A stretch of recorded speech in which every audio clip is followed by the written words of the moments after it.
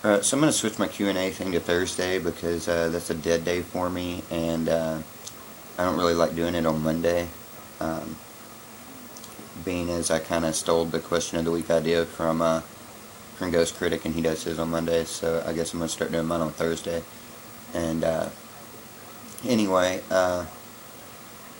being as I just posed my question on Monday, I didn't get a whole lot of response to it. I did get a couple, so I'm going to go through those.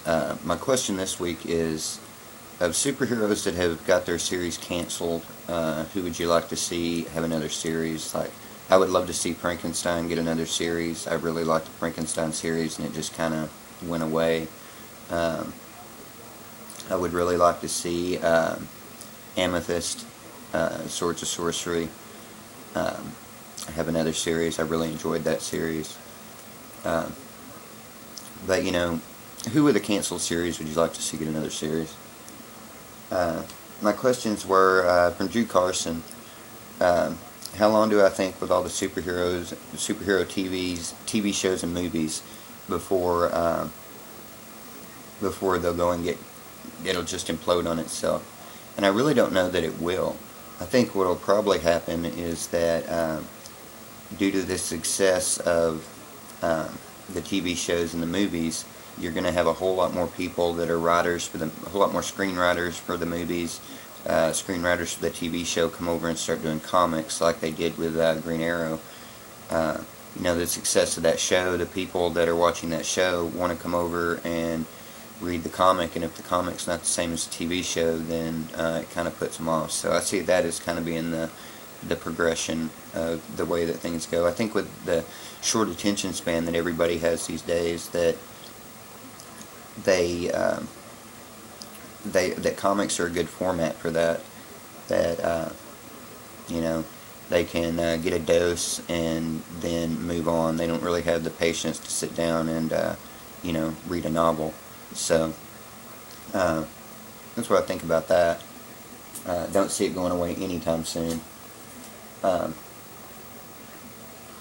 T-Bird asked me if I had a favorite writer or a novel.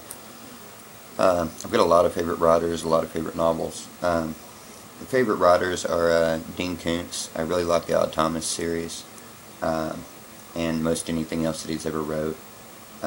Robin Cook. I like most everything that Robin Cook does. I don't like everything that she does, but for the most part I like it.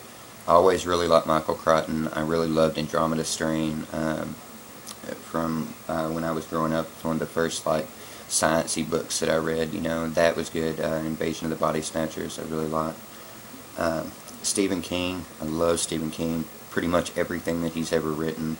I really enjoyed that book he wrote a little while back, that November 22nd book about time travel back to try to stop Kennedy and all that. And Bachman books is probably one of my favorite books I've ever read. Really like Joe Hill. I wish he would write more books. Be more like his dad. That would be great. Nosferatu was an awesome book. I really like Kim Harrison. I like the fact that she pumps out books just one after another, and that's pretty cool because they're all good. They're all a continuation of that same story. I really like Thomas Harris that did the Silence of the Lambs series. Silence of the Lambs is one of my favorite books. So yeah, there's a whole lot of stuff. If I had to pick one of my favorite books, it would probably be Silence of the Lambs, followed real closely behind by probably Bachman books. I don't know, Pet Cemetery I really like. I really like Cujo.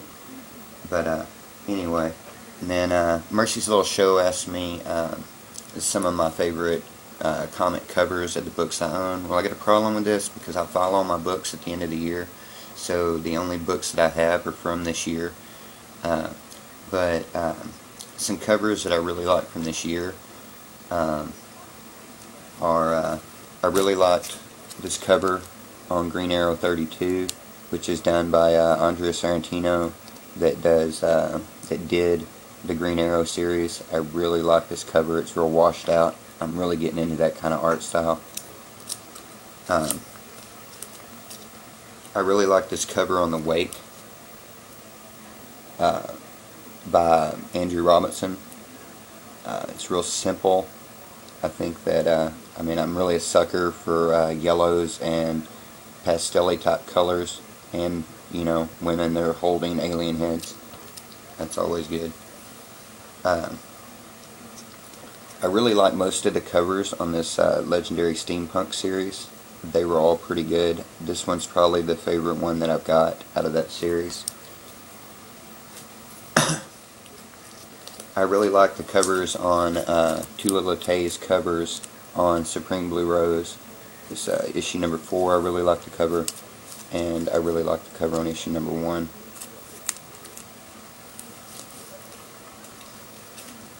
I really like the cover on this Wayward number 1.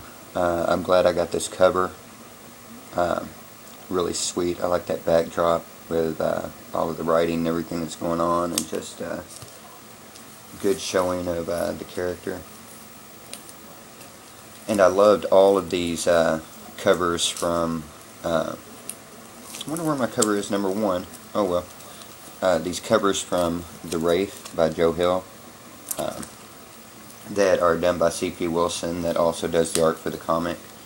All of these covers really illustrate exactly what's going on with the comic, show a lot about Christmas Land and all of that type of thing.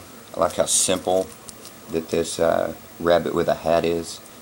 Little puddle of blood beside it. Just sweet. And like I say, I really like those Wraith covers. But and as I said before, to tie that in, this is a story. The Wraith story is a continuation of that Nosferatu book that Joe Hill wrote.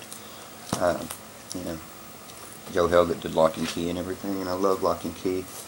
But that's about all I got to say about that, and get off here.